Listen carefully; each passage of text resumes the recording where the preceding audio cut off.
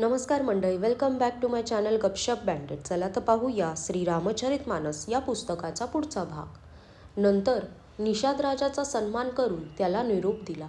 तो निघाला खरा, परंतु त्याच्या मनात विरहाचा फार मोठा विषाद भरला होता. मग श्रीरामांनी कोल, किरात, भिल्ल इत्यादी वनवासी लोकांना परत पाठवले. ते सर्व जोहार करीत करीत परतले. प्रभू श्रीराम, सीता व लक्ष्मण वटवृक्षाच्या सावलीमध्ये बसले. ते प्रियजन व परिवाराच्या वियोगाने दुःखी झाले. भरताचा स्नेह, स्वभाव व सुंदरवाणी यांची वाखण्णी करून श्रीराम प्रियपत्नी सीता व लक्ष्मण यांना सांगू लागले. श्री रामचंद्रांनी प्रेमाधीन होऊन भरताच्या काया वाचा मनातील प्रेम आणि विश्वास यांचे आपल्या श्रीमुखाने वर्णन केले. त्यावेळी पशु, पक्षी, पाण्यातील मासे आणि चित्रकूटावरील सर्व चराचर जीव उदास झाले. श्री रघुनाथांची ही दशा पाहून देवांनी त्यांच्यावर फुले उधळली आणि आपल्या घरचे दुःख सांगू लागले. प्रभू श्री रामचंद्रांनी त्यांना प्रणाम करून आश्वासन दिले. मग ते प्रसन्न होऊन निघाले. आता त्यांच्या मनात जरासुद्धा भय उरले नव्हते. लक्ष्मण व सीतेसह प्रभू श्री रामचंद्र पर्णकुटीमध्ये असे शोभून दिसत होते की जणू वैराग्य, भक्ती आणि ज्ञान हेच शरीर धारण करून येथे राहत होते. मुनी, ब्राह्मण, गुरु वशिष्ठ, भरत आणि राजा जनक हा सारा समाज श्री रामचंद्रांच्या विरहाने विव्हळ झाला होता. प्रभूंच्या गुणसमूहांचे मनात स्मरण करीत सर्व लोक वाटेने मौन होऊन चालले होते. पहिल्या दिवशी सर्व लोक यमुना ओलांडून पलीकडे गेले. तो दिवस भोजनाविना गेला. दुसरा मुक्काम गंगा ओलांडून पलीकडे शृंगवेरपुरास झाला. तेथे रामसखा निषाद राजाने सर्व व्यवस्था चोख ठेवली होती. नंतर त्यांनी सई पार करून गोमती नदीत स्नान केले आणि चौथ्या दिवशी सर्वजण अयोध्येला पोहोचले. जनक राजे 4 दिवस अयोध्येत राहिले. तेथील राज्यकारभार, सामान सुमान सांभाळून तसेच मंत्री, गुरुजी आणि भरत यांच्यावर राज्य सोपवून सर्व संपत्तीची व्यवस्था लावून मिथिलेला निघाले. अयोध्या नगरीतील स्त्री, पुरुष गुरुजींचा उपदेश मानून श्रीरामांची राजधानी अयोध्येमध्ये सुखाने राहू लागले. सर्व लोक श्री रामचंद्रांच्या पुनर्दर्शनासाठी नियम व उपास करू लागले. ते भूषणे व भोग सुख यांचा त्याग करून अवधी पूर्ण होऊन श्रीराम येण्याच्या आशेवर जगत आहेत. भरताने मंत्र्यांना व विश्वासू सेवकांना समजावून कार्यप्रवत केले. तेही आज्ञा मिळाल्यावर आपापल्या कामाला लागले. भरताने शत्रुघ्नाला बोलवून उपदेश दिला आणि सर्व मातांची सेवा त्याच्यावर सोपवली. भरताने ब्राह्मणांना बोलवून हात जोडून प्रणाम केला. त्यांच्या मनाप्रमाणे विनयाने विनंती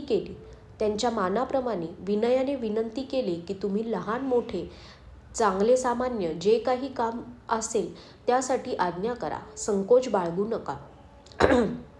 भरताने नंतर परिवारातील लोकांना, नागरिकांना आणि इतर प्रजेला बोलावून त्यांचे समाधान करून त्यांना सुखाने राहण्यास सांगितले. नंतर तो शत्रुघ्नाबरोबर गुरुजींच्या घरी गेला आणि दंडवत घालून हात जोडून म्हणाला, आपली आज्ञा घेऊन मी नियमपूर्वक राहावे असे म्हणतो. मुनी वशिष्ठ पुलकित होऊन प्रेमाने म्हणाले, हे भरता, तू जे काही समजतोस, करतोस व म्हणतोस तेच या जगात धर्माचे सार असेल. हे ऐकून आज्ञा घेऊन व मोठा आशीर्वाद मिळवून भरताने ज्योतिषांना बोलावले आणि चांगला मुहूर्त पाहून प्रभूंच्या चरणपादुका निर्विघ्नपणे सिंहासनावर विराजमान केल्या. नंतर श्रीरामांची माता कौसल्या आणि गुरुजींच्या चरणांना नतमस्तक होऊन व प्रभूंच्या चरणपादुकांची आज्ञा घेऊन धर्माची धुरा धारण करण्यामध्ये धैर्यशील असलेल्या भरताने नंदीग्रामात पर्णकुटी बनवली आणि तेथे तो राहू लागला. शिरावर जटाजूट आणि शरीरावर वल्कले धारण करून त्याने पृथ्वी खोदून तिच्यामध्ये कुशांचे आसन घातले. भोजन, वस्त्रे, भांडी, व्रते, नियम या गोष्टींमध्ये तो ऋषींच्या कठीण धर्माचे श्रद्धापूर्वक आचरण करू लागला. दागिने, कपडे आणि इतर अनेक प्रकारचे सुखभोग यांचा त्याने काया वाचा मनाने प्रतिज्ञापूर्वक त्याग केला. ज्या अयोध्येच्या राज्याचा इंद्रालाही हेवा वाटे आणि जेथील राजा दशरथ यांच्या संपत्तीबद्दल ऐकून कुबेरही ओशाळून जात असे, त्याच अयोध्यापुरीमध्ये भरत असा अनासक्त बनून निवास करीत होता, ज्याप्रमाणे सोनचाफ्याच्या बागेत भ्रमर चाफ्याजवळ फिरकत नाही. श्री रामचंद्रांच्या प्रेमी श्री रामचंद्रांचे प्रेमी मोठे भाग्यवान पुरुष असतात. ते लक्ष्मीच्या विलासाचाही वमनाप्रमाणे त्याग करतात. मग भरत हा तर प्रत्यक्ष श्री रामचंद्रांचा आवडता होता. तो या भोग ऐश्वर्याच्या त्यागाच्या बळावर मोठा झाला नव्हता, तर श्रीराम येईपर्यंत त्यागाने राहण्याचा निग्रह व धर्माधर्म विवेक या 2 गुणांमुळे भरत श्रेष्ठ ठरला. पृथ्वीवरील पाणी न पिण्याचा हट्ट धरून बसलेल्या चातकाची आणि क्षीर विवेकाची शक्ती असलेल्या हंसाचीच प्रशंसा होत असते.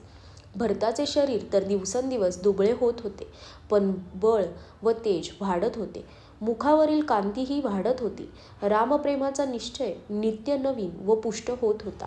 धर्मनिष्ठा वाढत होती. त्यामुळे मनात श्रीरामभक्ती दिवसेंदिवस वाढत होती. ज्याप्रमाणे शरद ऋतूच्या येण्याने पाणी स्वच्छ होते, आकाशही स्वच्छ होते आणि कमळे विकसित होतात, तसे शम, दम, संयम, नियम, उपवास इत्यादी भरताच्या निर्मळ हृदयरूपी आकाशातील तारागण प्रकाशित होत होते. त्या आकाशातील ध्रुवतारा विश्वासच होता. 14 वर्षांच्या अवधीचे ध्यान हा पौर्णिमेचा चंद्र होता. स्वामी श्री रामचंद्र यांची स्मृती ही आकाशगंगेप्रमाणे प्रकाशित होती. राम प्रेम हाच नित्य राहणारा अढळ व कलंकरहित चंद्र होता. तो आपल्या समाजरूपी नक्षत्रांसह शोभत होता. भरताची राहणी, समजूत, करणी, भक्ती, वैराग्य, निर्मळ गुण आणि ऐश्वर यांचे वर्णन करण्यास सर्व मोठमोठ्या कवींना संकोच वाटतो, कारण तेथे स्वतः शेष, गणेश व सरस्वती सुद्धा पोहोचू शकत नाही. भरत प्रभूंच्या पादुकांची नित्य पूजा करी. त्याच्या हृदयात प्रेम मावत नव्हते. पादुकांची आज्ञा मागूनच तो सर्व प्रकारचा राज्यकारभार करीत असे. त्याचे शरीर पुलकित असे, कारण त्याच्या हृदयात श्री सीताराम होते. जीभ राम नाम जपत असे. नेत्रांमध्ये प्रेमाश्रू भरलेले असत. लक्ष्मण, श्रीराम आणि सीता हे तर वनात निवास करतात, परंतु भरत घरातच राहून तपाद्वारे शरीर कृश करीत होता. दोन्हीकडची स्थिती समजून आल्यावर सर्व लोक म्हणत की भरत सर्व प्रकारे प्रशंसनीय आहे. त्याचे व्रत आणि नियम ऐकून साधू संतांनाही संकोच वाटे आणि त्याची प्रेमनिष्ठा पाहून मुनिराजांनाही लज्जा वाटे. भरताचं परम पवित्र चरित्र हे मधुर, सुंदर, आनंददायक व मांगल्य करणारे आहे. कलियुगातील पापे व कठीण क्लेश यांचे हरण करणारे आहे. महामोहरूपी रात्रीचा नाश करणाऱ्या सूर्यासारखे आहे. हे चरित्र पापसमूहरूपी हत्तींसाठी सिंह आहे. सर्व तापांच्या समुदायाचा नाश करणारे आहे. भक्तांना आनंद देणारे आहे आणि सांसारिक दुःखांचा भंग करणारे व श्रीरामप्रेमरूपी चंद्रमयामध्ये स्त्रवणारे अमृत आहे. श्री सीतारामांच्या प्रेमरूपी अमृताने परिपूर्ण असलेल्या भरताचा जन्म जर झाला नसता, तर मुनींच्या मनालाही अगम्य असलेले यम, नियम, शम, दम इत्यादी कठीण व्रताचे आचरण कुणी केले असते? दुःख, संताप, दारिद्र्यता, दंभ इत्यादी दोषांचे आपल्या उत्तम कीर्तीच्या निमित्ताने कोणी हरण केले असते? आणि कळीकाळात तुलसीदासासारख्या अभक्तांना बळ श्रीरामांच्याकडे वळविले असते.